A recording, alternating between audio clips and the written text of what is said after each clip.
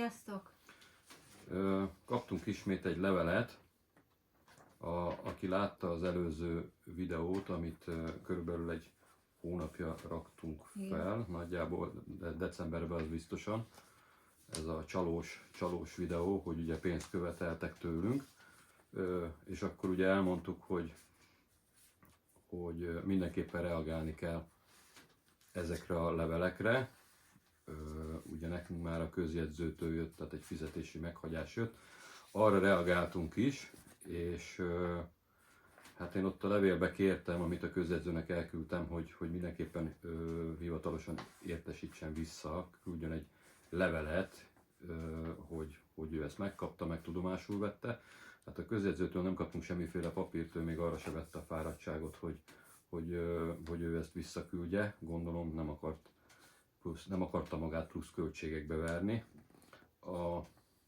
Ugye mi ajánlva küldtük el a levelet, a múltkori videóban szerintem mondtam is igen, hogy ilyen nem tudom hány száz forintot mondtam, hogy mennyibe kerül egy ajánlott levél.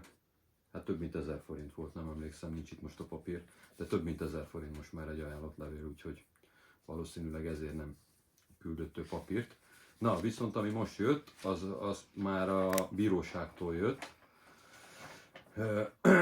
Egy végzés jött a bíróságtól, amit kaptunk, és itt azt írják, hogy ugye van a felperes, ez a cég, aki követelte a pénzt, én vagyok az alperes, aki tartoztam, és hogy ez az összeg és a járulékai iránti indított perében a bíróság meghozta a következő végzést. A bíróság az eljárást megszünteti. 15 napon belül lehet fellebbezni, hát az nem érdekel.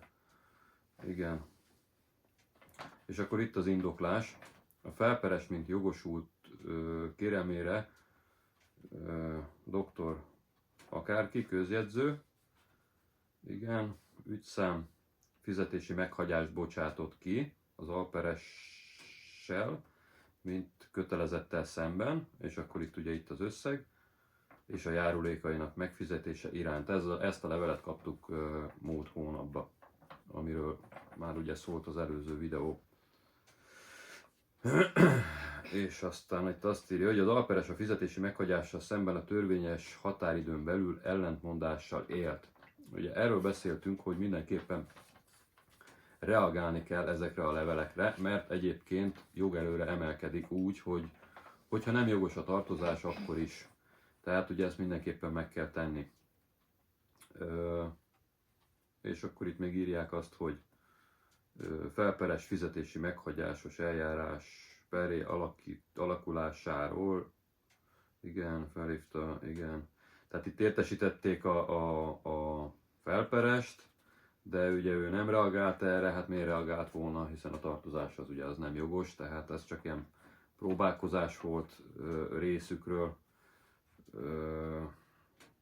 És aztán itt ugye itt felsorolnak különböző paragrafusokat, meg mindenféle dolgot, hogy miért szüntették meg ezt az egészet. De hát ugye a lényeg az, hogy azért, mert hogy a felperes a közjegyző megkeresésére nem reagált egyáltalán, nem jelentkezett, nem reagált, nem válaszolt, nem csinált semmit.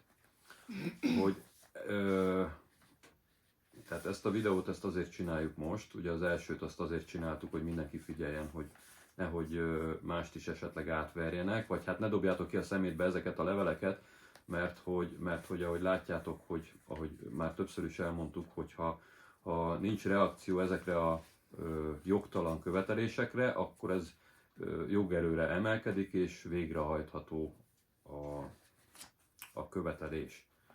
Hát ugye talán ezt is elmondtuk, hogy ezt is szerintem csak nálunk lehet ebbe az országban megcsinálni, hogy jogtalanul elveszik a tulajdonotokat, a pénzeteket, a mindenféle dolgot. Nagy valószínűséggel még mindig azt gondolom, hogy a kilakóztatásoknak a többsége is valahogy így zajlik, hogy jön egy levél, hogy mondjuk mit tudom én, nem tudom kinek tartozunk, és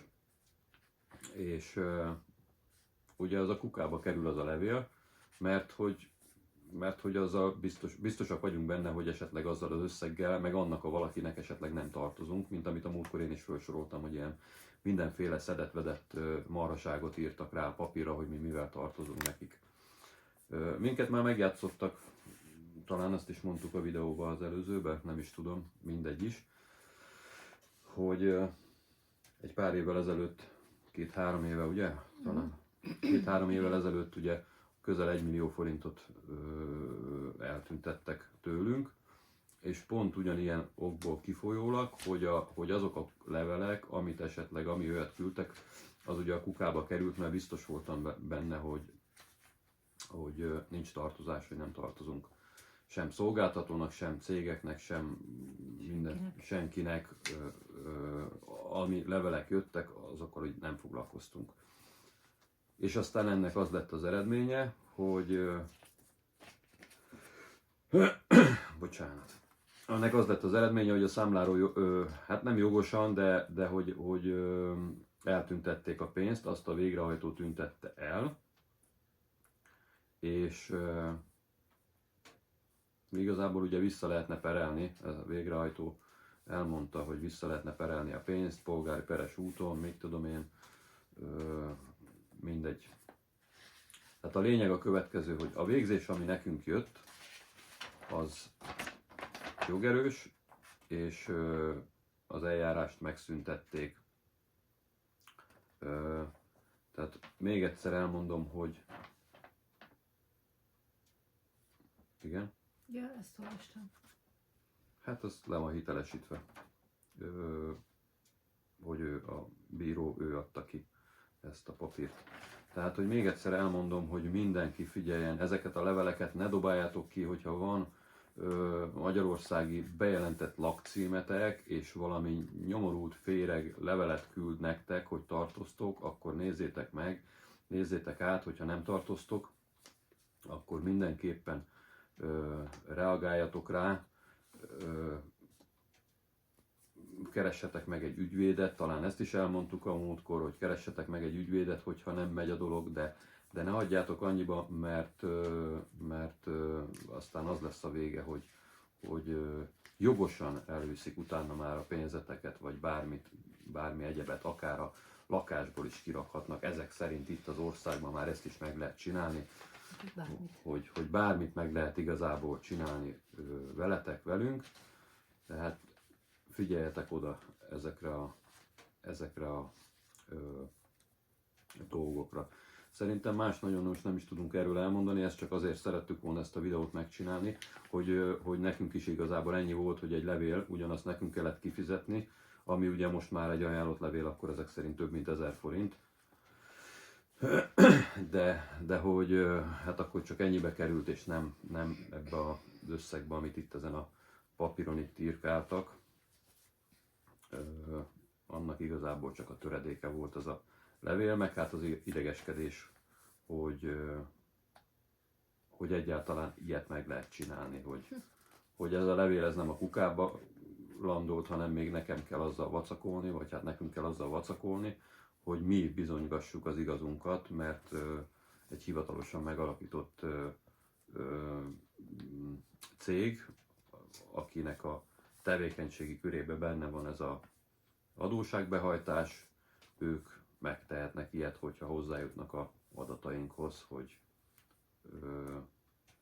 csalásokat kövessenek el. Igazából ez a lényeg, hogy itt ezek szerint itt lehet hivatalosan csalni. Jó, hát szerintem ennyi, tehát mindenképpen figyeljetek oda, ne hagyjátok magatokat, és ha ilyen jellegű dolgot kaptok, akkor ne dobjátok ki a kukába, mutassátok meg az ügyvédnek, az a biztos, így van, és akkor nagy valószínűséggel akkor nem lesz baj, nehogy esetleg ti is úgy járjatok, mint mi, ahogy mondtam, hogy nekünk egy pár évvel ezelőtt már sikerült ebből belefutni, meg szerintem még sok embernek vették el a pénzét, meg mindenét pont amiatt, mert nem foglalkozott vele. Jó, hát ha megnéztétek, akkor köszönjük, osszátok meg minél többen Az előző videót azt viszonylag kevesen nézték meg. Reméljük, hogy most ezt majd többen megnézitek, vagy többen megnézik. Ezért kérjük azt, hogy minél többen osszátok meg ismerősök között, nem ismerősök között. Minél többen lássák, hogy minél több emberhez eljusson ez az információ. Illetve, hogyha az előző videót nem láttátok még, majd be fogom ide linkelni egyébként, ide alulra majd berakjuk a videóba az előző videót. Ha nem láttátok, akkor nézzétek meg, illetve hát azt is osszátok azért még, hogyha lehet kérni, hogy az is minél több emberhez jusson akkor el, hogy hát ha segítünk ezzel, akkor. Jó, hogyha tetszett ez a videó, akkor legyetek szívesek lájkolni. Ha nem vagytok még feliratkozva a csatornára, akkor pedig tegyétek meg. Köszönjük! Sziasztok! Sziasztok!